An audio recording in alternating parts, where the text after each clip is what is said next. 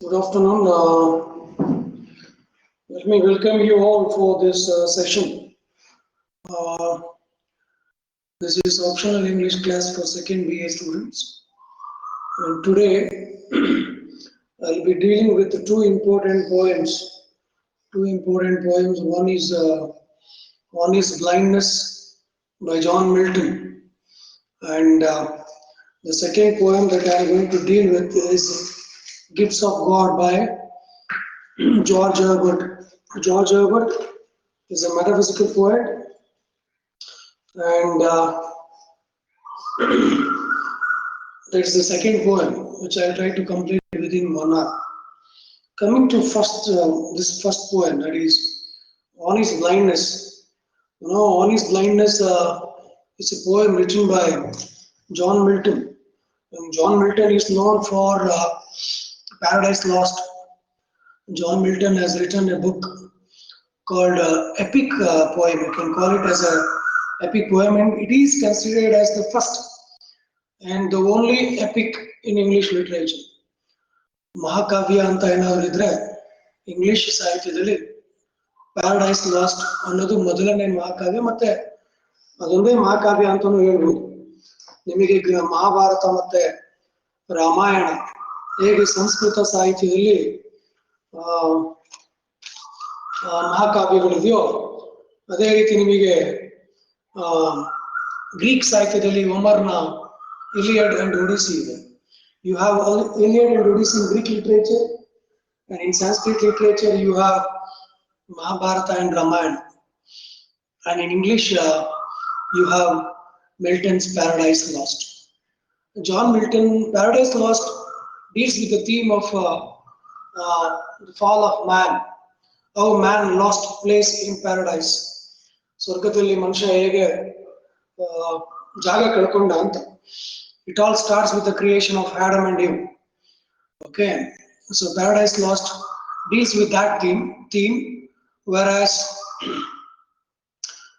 John Milton, for that work, Paradise Lost work, which was published in 1667, for that work he received a lot of appreciation, and critics compare John Milton he stands almost next to Shakespeare. He stands head and shoulder to Shakespeare. ಅವನ ಭುಜಕ್ಕೆ ಭುಜ, ತಲೆಗೆ ತಲೆ ಸಮನಾಗಿ ನಿಂತ್ಕೊಳ್ತಾನೆ ಅಂತ ಹೇಳ್ತಾರೆ. Almost he matches Shakespeare. That is what the critics say. On His Blindness is one of the important poem. It's an autobiographical poem. What do you mean by autobiography? Where a person speaks about his own life, his own personal experiences, his own personal feelings, emotions that are expressed, that has been given space through words. So here, On His Blindness is considered as Milton's autobiographical poem. Okay. Autobiographical sonnet, in fact. This is a Petrarchan sonnet. As I told you, there are two types of sonnets in English literature. One is Petrarchan sonnet, and the other one is Shakespearean sonnet. So Petrarchan sonnet, 8 plus 6 lines. Shakespearean sonnet, 6 plus 6 plus 2. The last two lines, they are called as couplet. 8 lines called as octave. 6 lines passage paragraph is called as sestet. You all know that. I have taught you in the language class. So coming to this poem, On His Blindness. So by the year 1642, by the time he reached off of his age, Milton lived between 1608 to 1674. 1608ರಲ್ಲಿ ಜನನ, 1674ರಲ್ಲಿ ಮರಣ. So I may use only few words in Kannada because this is optional English class. Please don't mind, okay? I don't use much Kannada here because this is optional English class. So you have to deal with English only in English. So sometimes here and there I may use, otherwise I'll try to like I don't like to use Kannada in this class. Coming to, again, as I told you, he lost his eyesight, his vision, at the age of, like by the time 1942 means he was born, sorry, 1642. He was born in 1608. So almost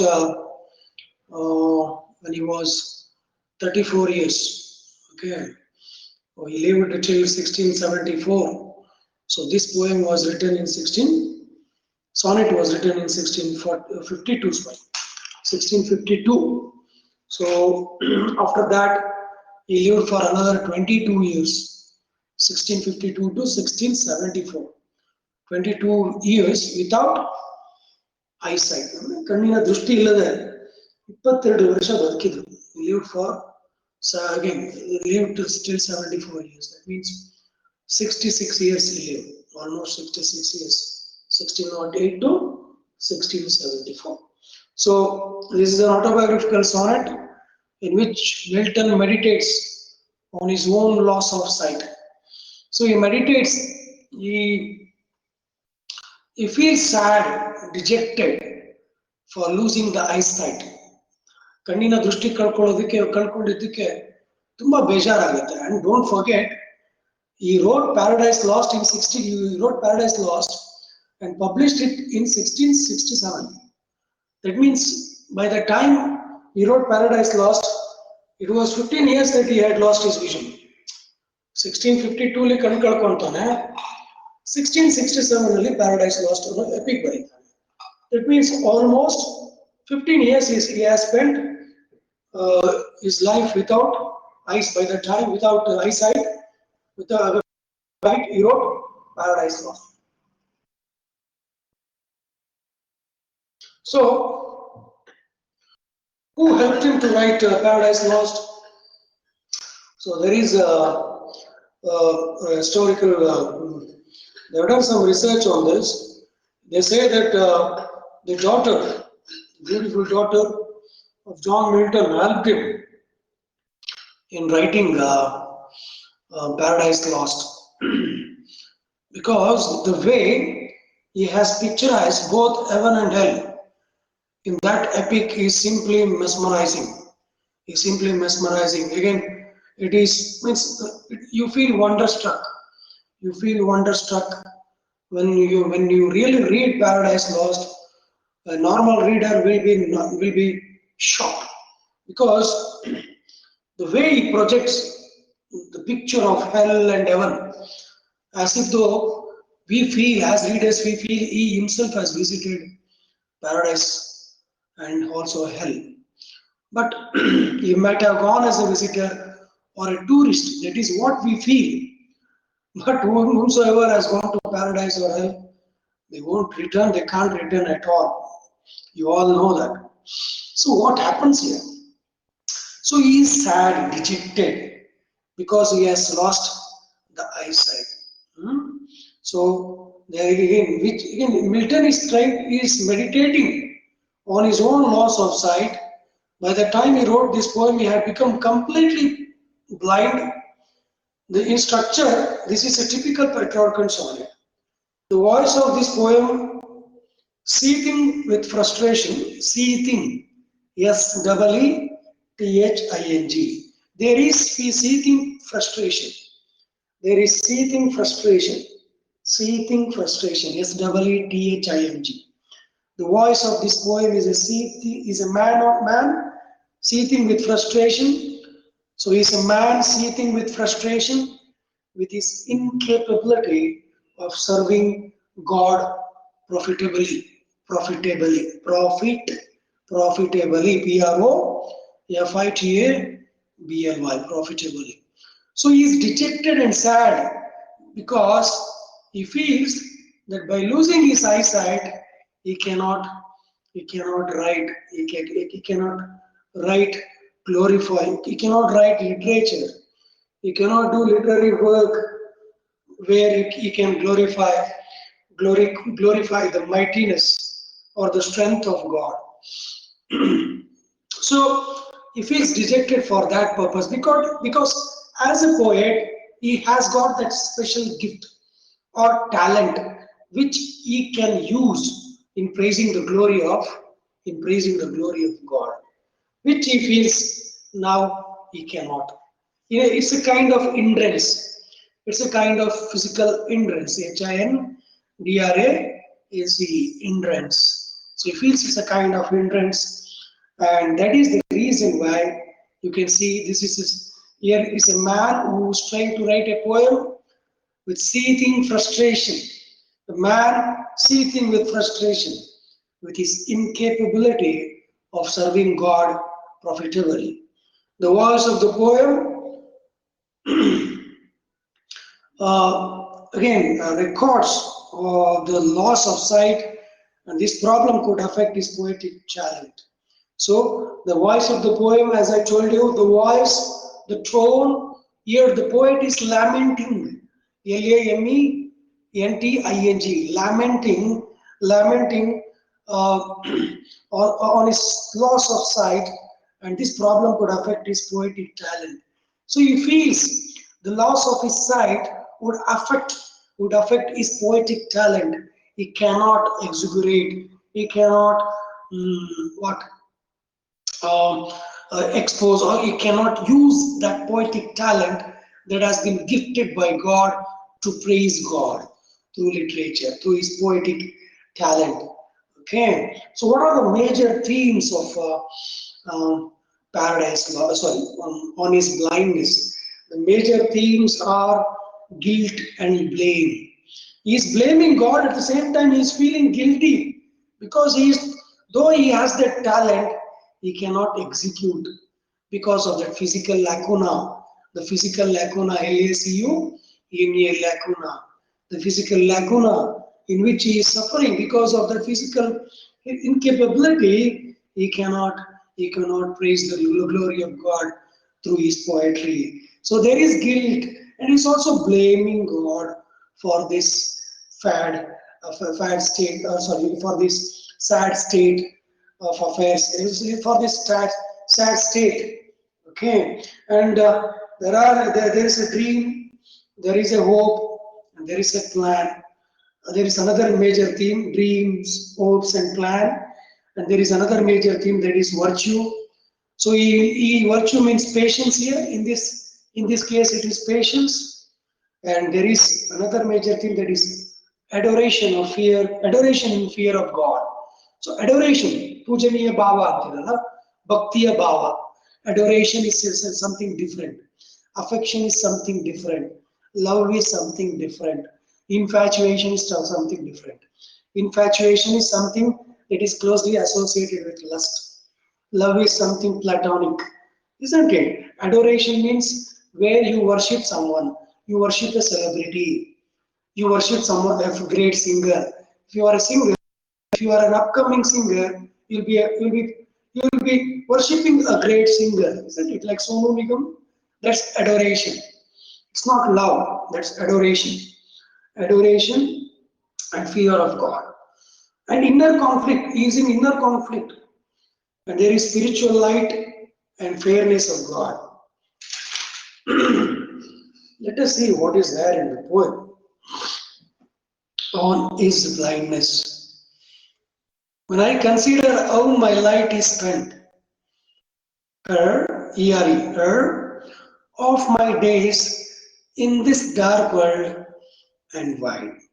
So look at these two lines. When I consider how my light is spent, of my days in this dark world and wide. So here means here means before. So what is he trying to convince the readers? When I consider how my light is spent.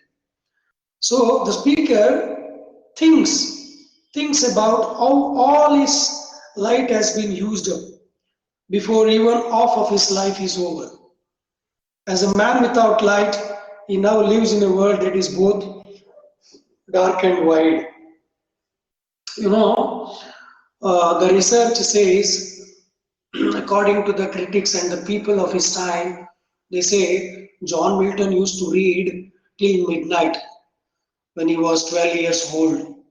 So he spent most of his time in reading, reading, reading. And that is another major reason for losing the eyesight. He was a ferocious, V-E-R-O-C-I-O-U-S,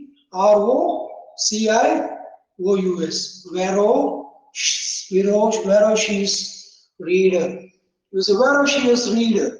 Who? John Milton. That is the reason why he lost his eyesight at a very young age. Okay, when I consider how my light is spent before, before of my days in this dark world and wide. So as a man without light, he now lives in a world that is both dark and wide. So how does a blind man look at this world? Normally for a blind man, this world appears dark and wide. Dark and wide. So it is in the very first line. So poet is trying to convey one thing, that is, he is very frustrated with a kind of punishment that he has received from God. Okay, when he thinks about how he spent or used his eyesight, the speaker is lamenting his bad luck that was brought by his late night reading and writing. Okay, in the first two lines, that is another important factor. He is indirectly trying to convey the readers that he spent half of his age or time reading and writing. That reading and writing to some extent has helped him in improving his poetic talent. But at the same time, the same overreading, overwriting, and reading till midnight or writing till midnight has in a way made him blind. That is the significant factor for him to become blind. So he lost his eyesight because of his overreading. So he is trying to convey that to the readers. So I lost this eyesight at a very young age before I reached off of my age. I lost my eyesight. 1608 he was born. 1652 he loses his eyesight. So how many years old now? 52. Remove 8 years in 52. It will be 44. So he is just 44 years old when he lost his eyesight. So that is quite visible in these lines when I consider how my light is spent. The vision is spent here means before of my days in this dark world and wide. Before I reached half of my days, half of my age. He became blind before half of his life. He was over at the age of 42, as I told you. So what does the line? What does he want? What is he trying to convey in lines 3 and 4? Let us see. And that one talent which is death to hide, lodge with me useless. Lodge with me useless, though my soul more bent. So what is he trying to say? Talent. So talent refers to the gift that God has bestowed in him. The gift of writing. The poetic talent or skill that has been attributed to Milton by God. The word talent could be his intelligence and his reading and writing skill. This talent is lodged or buried within the speaker, just like the money in the story of the parable of talents, that is the biblical story. So he brings a biblical example. He brings one example from the Bible. That is, there is a story, the parable of talents anta ಒಂದು story ಇದೆ. It's a story that appears in Bible. He picks that story to convey that he has got that extraordinary talent, reading and writing talent and writing the poems. That's another God gifted talent. And that one talent, which is death to hide, lodge with me, useless though my soul more bent. So his soul is more bent. He's so dejected and depressed with his present state of mind, present state of body. Okay. To serve there with my maker, though my soul more bent, though my soul more bent, ನನ್ನ ಆತ್ಮ more bent, my soul more bent to serve, to serve there with my maker. So his soul is bent to serve whom? His soul is so bent to serve the maker. There with my maker. My maker means what? Maker M caps. Maker M caps. Don't forget that whenever you are addressing God, even if it is a pronoun, is or he or her, it should be in capitals. It should be the first letter of that word should be in capitals. Capital. Okay. It should be a capital letter. So maker here, M capital, because maker refers to God. So though my soul, fourth line, the second part of the fourth line, what does he says? Though my soul more bent to serve there with my maker and present my true account. Account here means both story and a record of activities with money in that. So what is he trying to convey? Though my soul more bent to serve there with my maker and present my true account, lest he return in child. The speaker in lines 4, 5 and 6 is trying to convey one thing. The speaker has just told us that his talent is as useless as money buried in the desert. But now he says that he is useless. His uselessness has nothing to do with a lack of will. So his talent, his poetic talent or skill, it is almost like the money buried in the desert. Okay, that money, if it is digged out of the desert, if it is picked by someone from the desert, it can be the worthy money. It can be useful, isn't it? In the same token, he also says he doesn't lack that willpower. He has that willpower to continue his poetic skill or talent, to exhibit his poetic skill or talent. But now he says that his uselessness has nothing to do with a lack of will. To the contrary, his soul desires to use his skill in the service of his maker, that is God. So his soul is so bent, his soul is ready to serve whom? The maker above, the one who rules above. The speaker worries that God will scold or chide him. And if God is anything like the Lord from the parable, the speaker could cast him to a darkness even more fearful than the one created by his blindness. So, if he is that the speaker is worried that God will scold him. Chide means what? Scold him. If he is that, he may scold him. If he doesn't continue his poetic skill or writing about God, God may give him more punishment. He may give more punishment. He may send him to the utter darkness than the darkness he is already living upon. Okay. He is already a blind man now. So what happens here?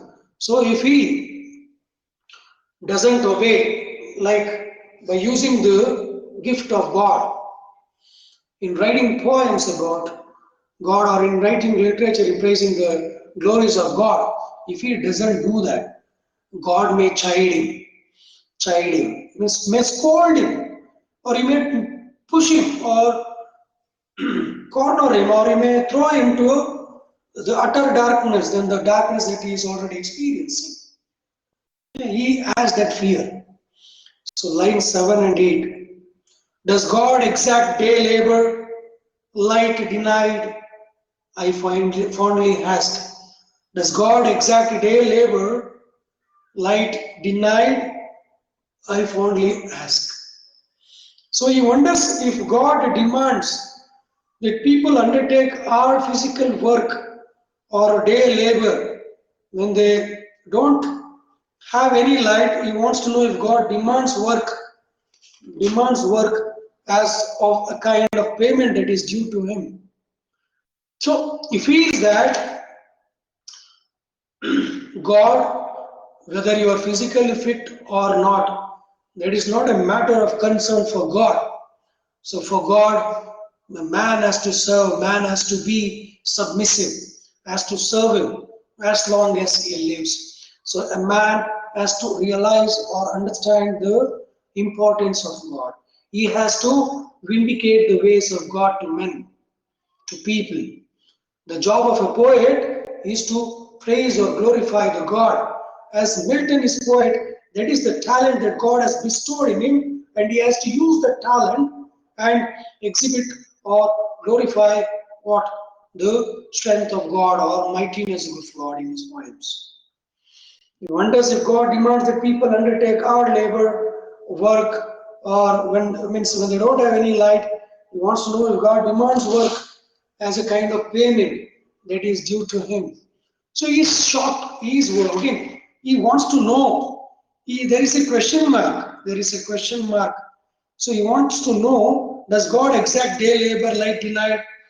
Fondly ask. So he's asking it fondly, means in a light-hearted way. He's not intriguing God, and he's not inquiring God. So he wants to know as a child asks his mother. He wants to know what exactly means he has to do from God. He wants to know, though he has lost his vision or eyesight, can he or uh, does God still expect Milton to serve him, though he has lost his vision? So I fondly ask, the word fondly means foolishly, not lovingly in this context. That's another important, foolishly. So fondly is nothing but foolishly in this context. So look at these lines. What does he say? Does God exact day labor, light denied? I fondly ask. Light denied, eyesight denied. Does God expect exact day labor? ದಿನ ಇದೇ ತರ ಕೆಲಸನ ನಮ್ಮಿಂದ ಬಯಸ್ತಾನ ದೇವರು? Does he expect the exact labor? Though the light denied for people like me, I foolishly ask. Fondly means foolishly in this context. But patience to prevent that murmur soon replies, God does not need either man's work or his own gifts. So here comes the idea or the theme of virtue. So there comes a word, he himself utters that word. So as a poet, he is in confusion, dilemma, he doesn't know what to do. So what does he say? But patience, to prevent that murmur soon replies. So he feels like murmuring, he has got that doubt or confusion in his mind, a kind of ambiguity in his mind. He exactly wants to know. There is a kind of confusion. That is the reason why that word murmur appears there. But patience to prevent that murmur.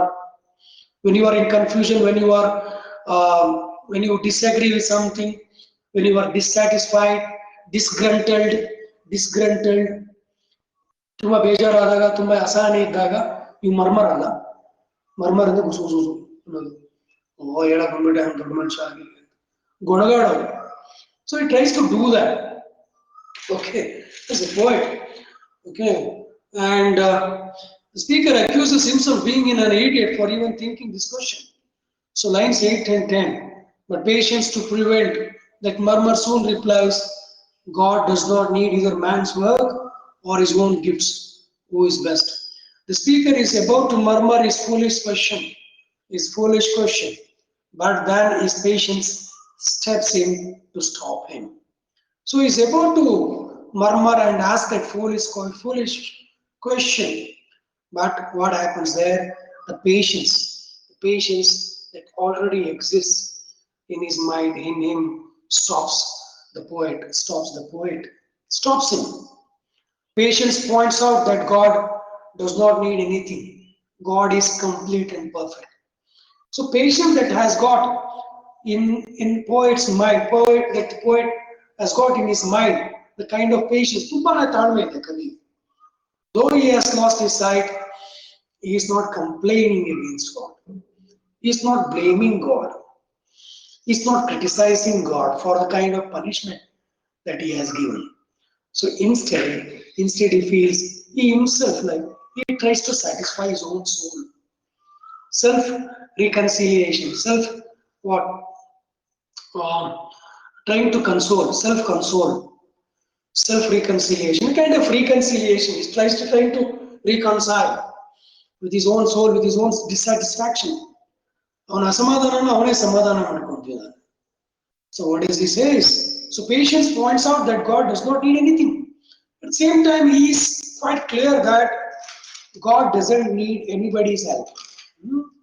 So God doesn't need anybody's help, either man's work or his own gifts, because God is complete and God is perfect. So they were complete. So God is not made with imperfection. So God is complete. You can't find even a single black mark in his character, in his image. Whose image? Whose character? God's image and God's character. He is a complete creature. God is a complete personality, or there is no imperfection in his character or attitude. So in such a case, you cannot expect God, or you cannot say that God will expect something from you. Not at all.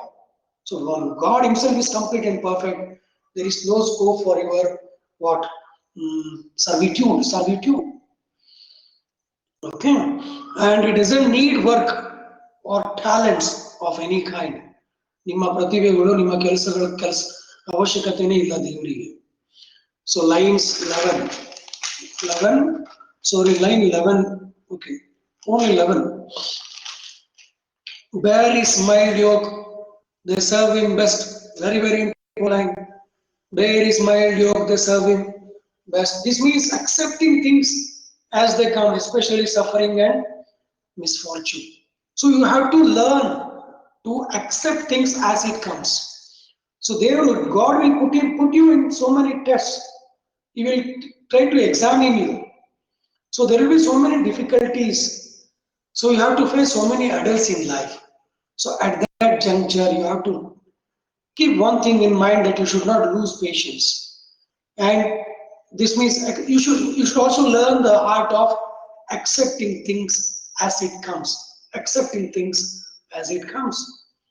So especially when it comes to suffering and misfortune. ನಿಮ್ಮ ಜೀವನದಲ್ಲೇ ಒಂದಾದ್ಮೇಲೆ ಒಂದು ಘಟನೆ ನಡೀತಾ ಇರುತ್ತೆ. ಅದರ ಅರ್ಥ ದೇವರ ಮೇಲೆ ಶಾಪ ಆಗ್ತಾ ಕಂಪ್ಲೇಂಟ್ ಮಾಡ್ತಾ ಕೂತ್ಕೊಳ್ಳೋದು ತಪ್ಪು. That is wrong. So you should not blame God for your misfortune and suffering. You should learn to live with that suffering and misfortune. So God will put you in so many such situations, so many tests. He will try to examine you. Isn't it? Yoke means wooden frame used on animals' neck, like oxen. ಗೂಳಿಗಳಿಗೆಲ್ಲ ಹಾಕ್ತಾರೆ ಅದು yoke, ಒಂದು wooden frame to have control over oxen. ಗೂಳಿಗಳು, ಎತ್ತುಗಳು, bull ಅಂದ್ರೆ ಗೂಳಿ, ಎತ್ತು, okay, oxen. So it's not how much you have to show for your time on earth that counts, it's how you handle your submission to God. So it's very, very important. It's not how much you have to show for your time on earth that counts. So it is not important to show how much you are capable of doing something to the society or to God. That really doesn't count. So what actually counts? It is how you handle your submission to God. Though you suffer, though you are under misfortune, though you are under so many miseries, troubles, problems, but still you should not forget God. So God is omnipotent. So God is mightier than all, you should be submissive to God. You should submit yourself to God completely, even though you are suffering, even though you are a misfortunate personality or unfortunate or unlucky individual. So lines 11 and 14, his gate is kingly, thousand at his bidding speed, and post over land and ocean without rest. They also serve who only stand and wait. Very, very important line. So very, very religious. This poem is very, very religious. Autobiographical at the same time, very, very religious. So what is he trying to convey here? Is the state. Is the state means God's state, kingdom. So God is like king. Is the state. Is the kingly. Is kingly. Is the state is kingly. ಅವನ ಆಡಳಿತ ರಾಜ್ಯಭಾರ ರಾಜನ ರೀತಿ ಇದೆ. Okay. Is kingly, thousand at his beating speed. So with his kingly status, is kingly status, God has kingly status. He has got a kingly status. God has plenty of means to do his bidding by rushing from place to place. So God is so busy, he has to rush from place to place. He has plenty of means to do. And there is a word called post here in the last paragraph. And post over land and ocean without rest. Post means to travel quickly in this context. So God travels quickly here and there to keep everyone happy, to to everyone happy and to bring people out of misery. So with this kingly status, God has plenty of means to do his bidding by rushing from place to place. The poem ends with a vindication of speaker's passivity, which has been forced on him by his blindness. Very, very important. The poem ends with a vindication of the speaker's passivity. Look at that last line. They also serve who only stand and wait. So he is standing and waiting for God, for his turn to die. So though he has that physical lacuna of that blindness, still he can wait. He can wait to serve God. So they also serve. So Kurdragitru Kura, people like him, though they are physically deformed, though they are physically unfit, they also can serve God. They also can wait for God. So God can show his mercy. So he believes that God may show mercy for people like me. So because we also can serve God, though he is blind, the poet is using his extraordinary ability,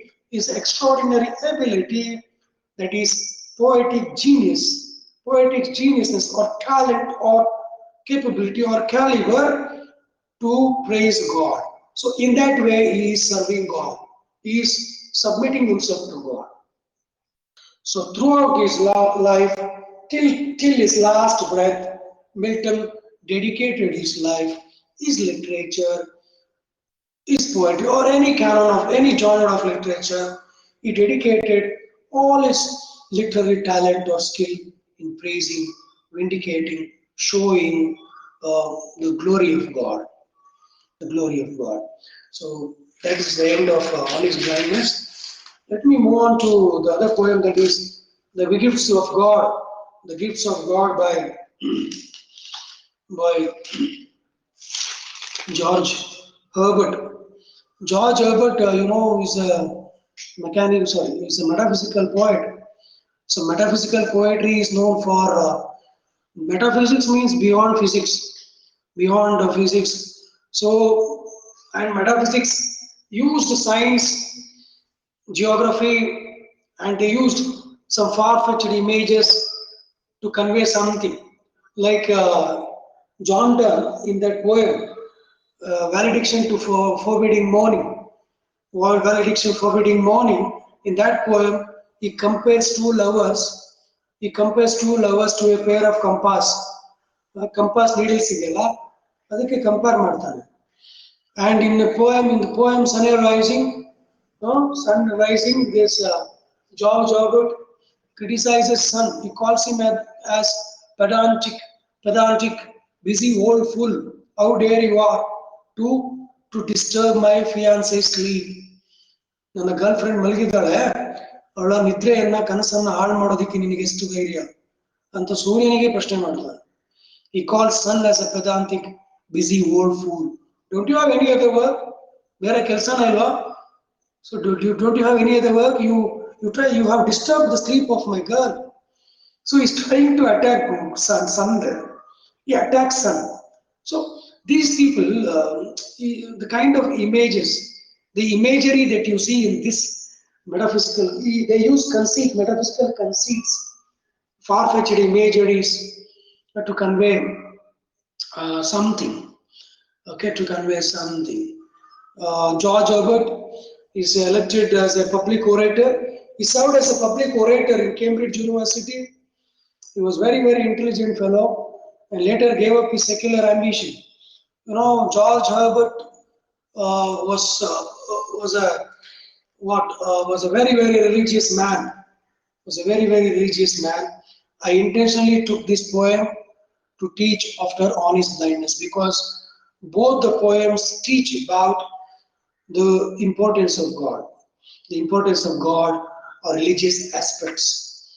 But John Milton is different, whereas this poem, the style and approach is different. Got it? So what happens? He was appointed as a public orator in Cambridge University. Later on, he gives up that secular credentials, secular thinking or ideology, and he becomes very, very religious man. So he then devoted his life to church and God. He spends the remaining part of his life in worshipping God. He spends his remaining part of his life in a church. So the gifts of God, it's also called as the pulley. The other title for this poem is pulley. Pulley means it's a something that pulls, the triggers. Okay, we will see later. Dunni's eclectic uses obscure, wide range of images, whereas Herbert uses familiar images. So compared to John Donne, this man is. I'll teach John Donne tomorrow.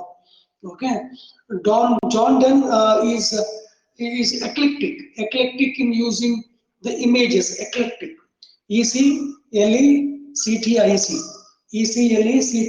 eclectic in choosing images, and he is very, very obscure and very, very wide-ranging in choosing his images. And whereas Herbert uses the familiar images, very, very familiar images, and it is religious and metaphysical poem that centers on the pulley as a prime conceit in this poem. So the pulley is the conceit. Herbert wants to unveil the truth that why human beings are so restless and unsatisfied despite having all things he wants.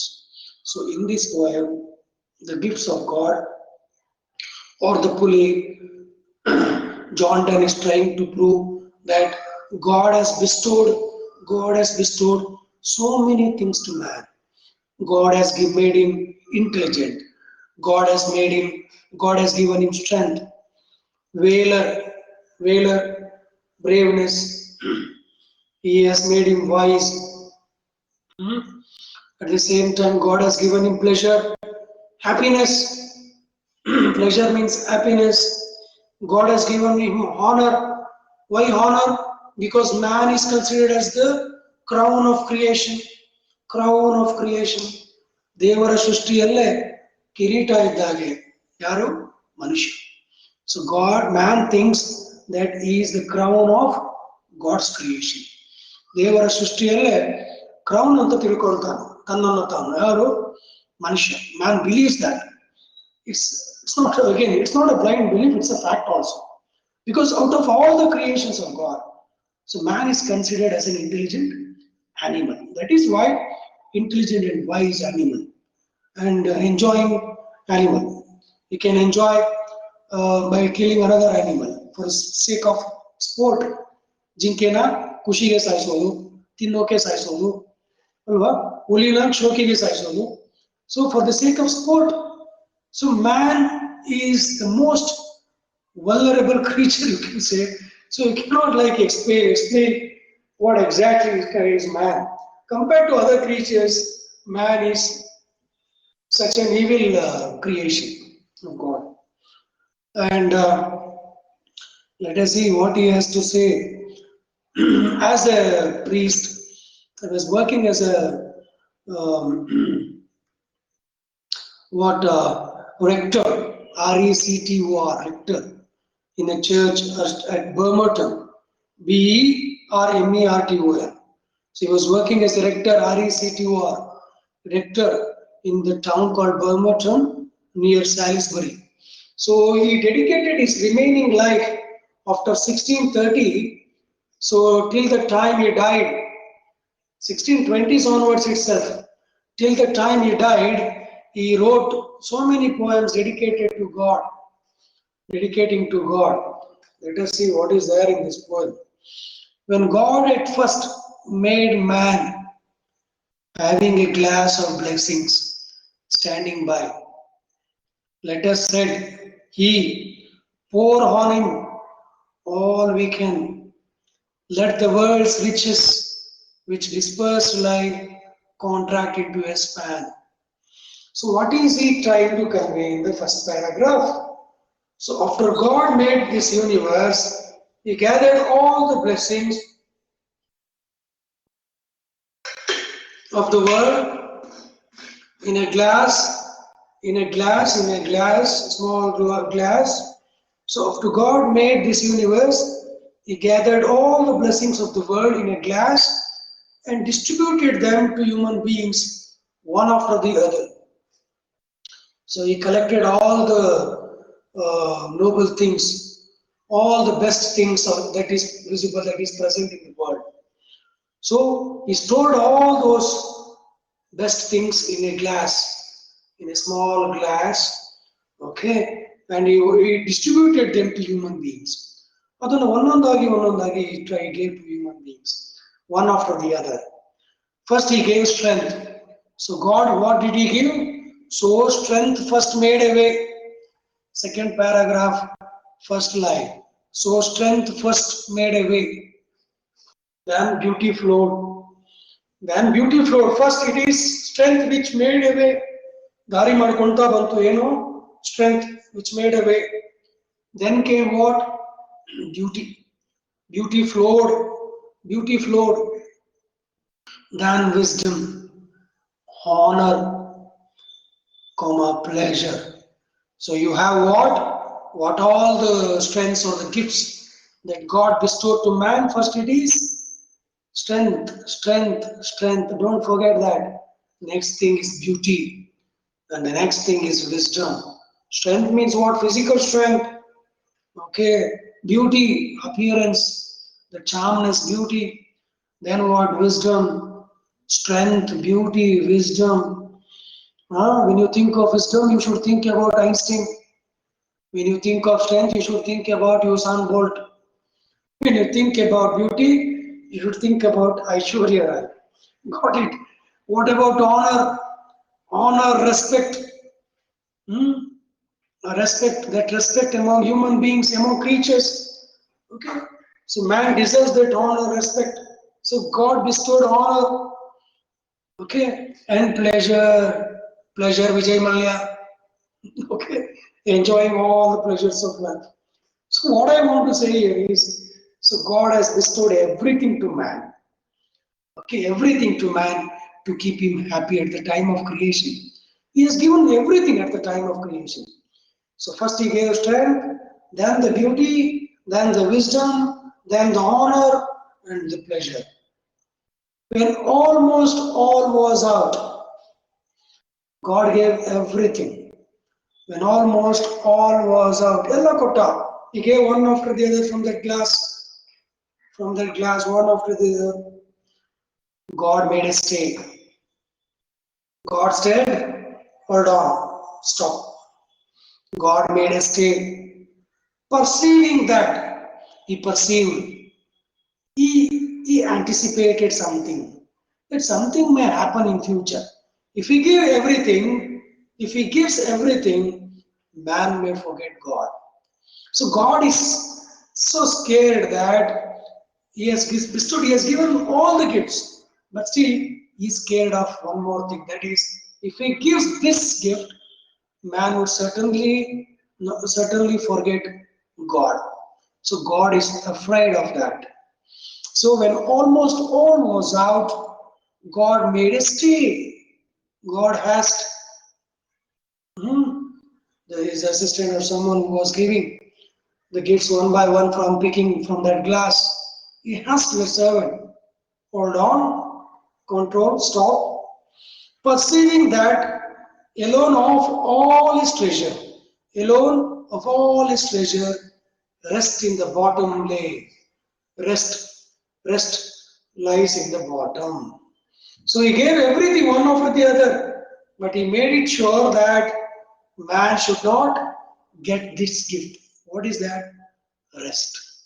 Man should struggle, should fight, should struggle throughout his life in search of what? Rest. That was God's intention. That was, that is what we say. If someone dies, there is abbreviation for that also. Rest in peace. There is an observation. RIP means rest in peace. So why do you utter that word? Like that phrase. That phrase, rest in peace.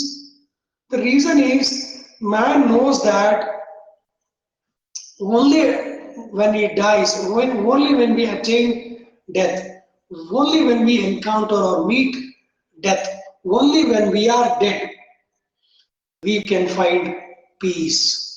And we can find peace only, we can find, look, you can rest only when you try to rest because to attain what peace, isn't it? Normally people go in search of nature, meadows, nature, forest and all. The reason is these Bangaloreans, they come from 6 different parts of Bangalore, electronic city, to Chikmagalur, Coorg, Shimaga, they all go to enjoy weekends. Why? The reason is they are all in search of what? Rest. They are all in search of peace. Rest and peace, they are like twins. If you want peace, you have to rest. Okay, so rest in peace. So you all know the fact that it's a logic, it's a fact that man can attain peace only when he dies. Man can attain that complete rest, and after complete rest, he can attain peace. So how can you attain complete rest? When do you attain that complete rest? When you are dead, isn't it? So in that reason, keeping that in mind, God asked someone who was bestowing the gifts to man one by one at the time of creation. So he asked him to hold on, to not to give further gift. What is that gift that is lying at the bottom of the glass? The gift that was lying at the bottom of the glass was rest. Okay. So, for if I should see, look at this God. How uncanny, how cunning God is. So cunning. For if I should, said he, bestow this jewel. So according to him, rest is a jewel. Jewel. Jewel ಅಂತೀರಲ್ಲ ಏನು ಒಡವೆ ಚಿನ್ನ ವಜ್ರ ವೈಡೂರ್ಯ. For if I should, said he, bestow this jewel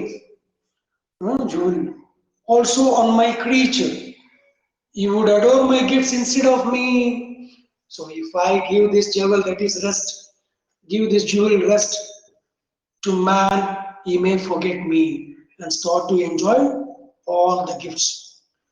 And rest in nature, not the God of nature. So he'll try to get rest in nature. So he doesn't need the help of God. Okay. So both should losers be. So we want both man and also God to be the losers.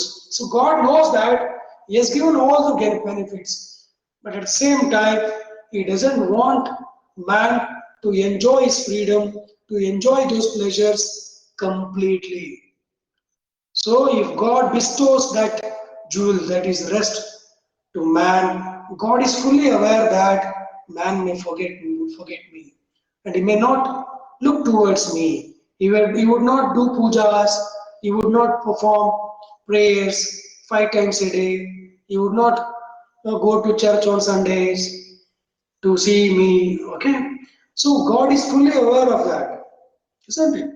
So he asks him to hold on, not to give that jewel. That is another important gift, that is rest, because he believes that if he bestows that jewel, that is rest to man, he may forget me. So instead of adoring me, instead of adoring, worshipping me, he may start worshipping those gifts. This is what actually happening. So people, okay, have no time to God. People have no time to God, and it is God who is waiting, taking your appointment. Don't forget that. So you need not take appointment with God. God is fully busy. According to God, he is know that he is fully aware that he knows that he is fully busy. But he has to wait for his bhaktas, because these days people are not religious. They have forgotten. They miss. They lack that what religious essence. Okay. Okay, they don't means they're not religious. People are not religious these days, and God is waiting for them these days in temples. Okay, so do you need not wait for God? Don't worry, God is waiting for you people, because you and me, we are all busy in our life. We hardly have time to spare with God. At least 10 minutes we don't spare, isn't it? We are all busy. We don't spare our time with God. So God is fully aware of that. At the time of creation itself, God was fully aware of that.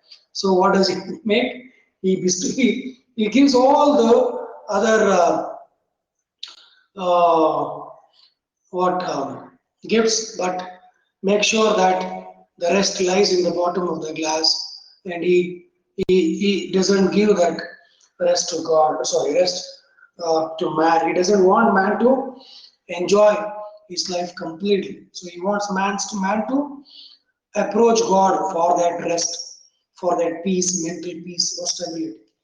Yet let him keep the rest, but keep them with repining restlessness. Let him be rich and weary, that at least if goodness lead him not, yet weariness may toss him to my breast. So let him be rich, let him be whatever you want, yet let him keep the rest. Let him keep the rest. Rest means not rest. Rest means remaining. Whatever that I am giving rest, ಉಳಿದವು ಅಂತ, keep the rest ಅಂತೀವಲ್ಲ, keep the rest objective, rest things, keep the rest, ಉಳಿದವು ಇಟ್ಕೊಳ್ಳಿ ಅಂತಿರಲ್ಲ, it is that rest. Here rest has two meanings here. One is the physical rest, or the rest that you take.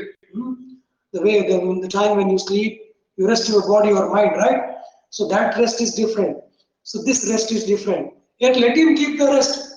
Let him means let my bhakta, devotee, let him keep the rest, all the other gifts, but keep them with the repining restlessness. But at the same time, make sure that he is restless. So even with all those gifts, man should be restless.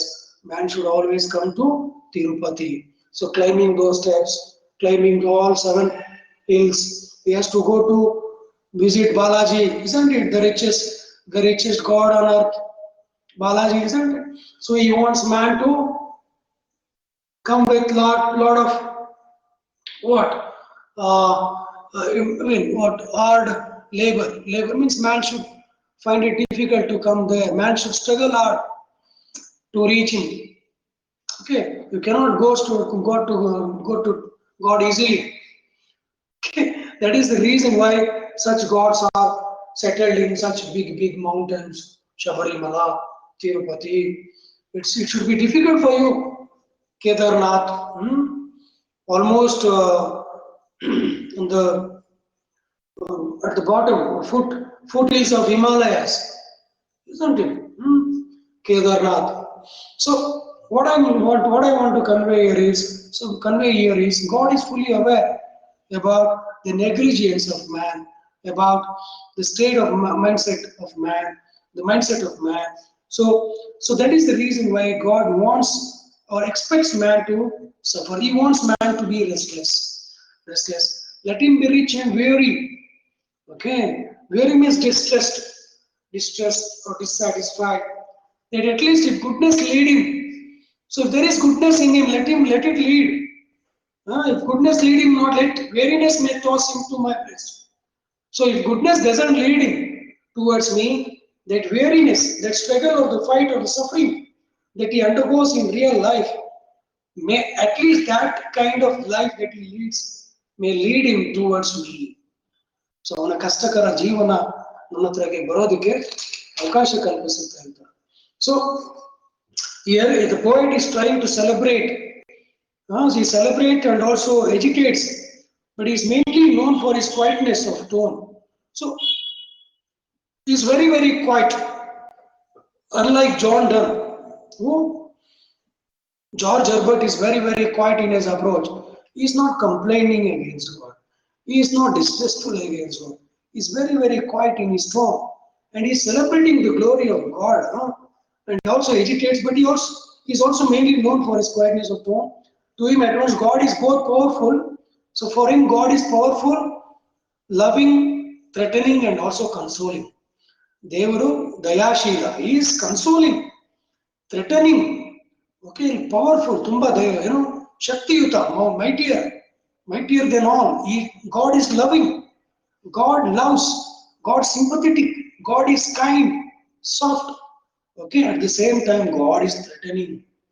ದೇವರು ಕೂಡ ನಿರ್ದಯಿ, ನಿರ್ದಾಕ್ಷಿಣ್ಯವಾಗಿ ಭಯವನ್ನು ಹುಟ್ಟಿಸ್ಬೋದು. ಏನು ದೇವರಿಗೆ ಅಷ್ಟು ಶಕ್ತಿ ಇದೆ. So major theme is man's weakness versus God's power. So ಮನುಷ್ಯನ ದೌರ್ಬಲ್ಯ. So on the one side you have man's weakness, on the other side you have God's power. So he maintains that the authority of God and sees man as a subservient. So man is subservient. So God is fully authoritative. So if he finds that authority of God, through this poem he is trying to find that authority of God. He is trying to convey that authority of God on you. God has complete control over you because he has not given that rest to you. So you are searching for that rest throughout your life. So your journey starts with your birth and stops when you are dead. So from birth to death, it is a continuous struggle or fight or struggle for survival. It's a continuous journey for what? In search of peace and rest. We all think that if I get 50 crores, I may sleep well. No, not at all. Even with money, you may not sleep well. So what I mean to say is, so he wants to convey so many issues through this poem. So he wants to convey that authority of God and sees man as subservient. SERVIENT, subservient. His poem deals with private relationship between individual soul and God. There is another important poem called The Caller. The Caller. The Caller is where he's very, very, in that poem, he's very, very hungry. Sorry, he's very, very angry. He's very, very angry with God. He says, I struck bored and cried no more. That is how the poem begins. I struck bored. The see in church, I struck bored and cried no more. Cried no more means I won't pray at all. I'll stop my prayer from here on. So there in that poem, this poet is very, very angry with God.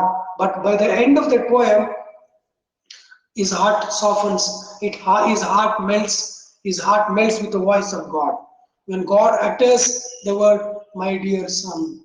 When God calls the poet as my dear son, the poet's heart melts. So, again, even that poem deals with the religious aspect. The Caller. That poem, the title of the poem is The Caller. So there, as a poet, there he is trying to have private conversation with God. In that poem, he is trying to have that private conversation with God as an individual. As an individual, he tries to maintain that relationship with God, private relationship or conversation with God. In that poem, The Caller. So there are so many things to speak on this poem. So I feel I'm stretching my time. It's already 65 minutes. So I hope it was a useful class for you. I taught you two poems. One is of John Milton's On His Blindness, and the other poem that I taught you today is The Gifts of God by George Herbert. I felt that you people might have found these poems. I do feel that you people might have found this poem interesting, and please read these two poems and try to make your own critical analysis. Okay, and they are really interesting poems. You will enjoy uh, you will enjoy while reading these poems. And I personally advise you to not to miss any question asked on these two poems in the exam. Thank you one and all. Meet you once again tomorrow. All the best.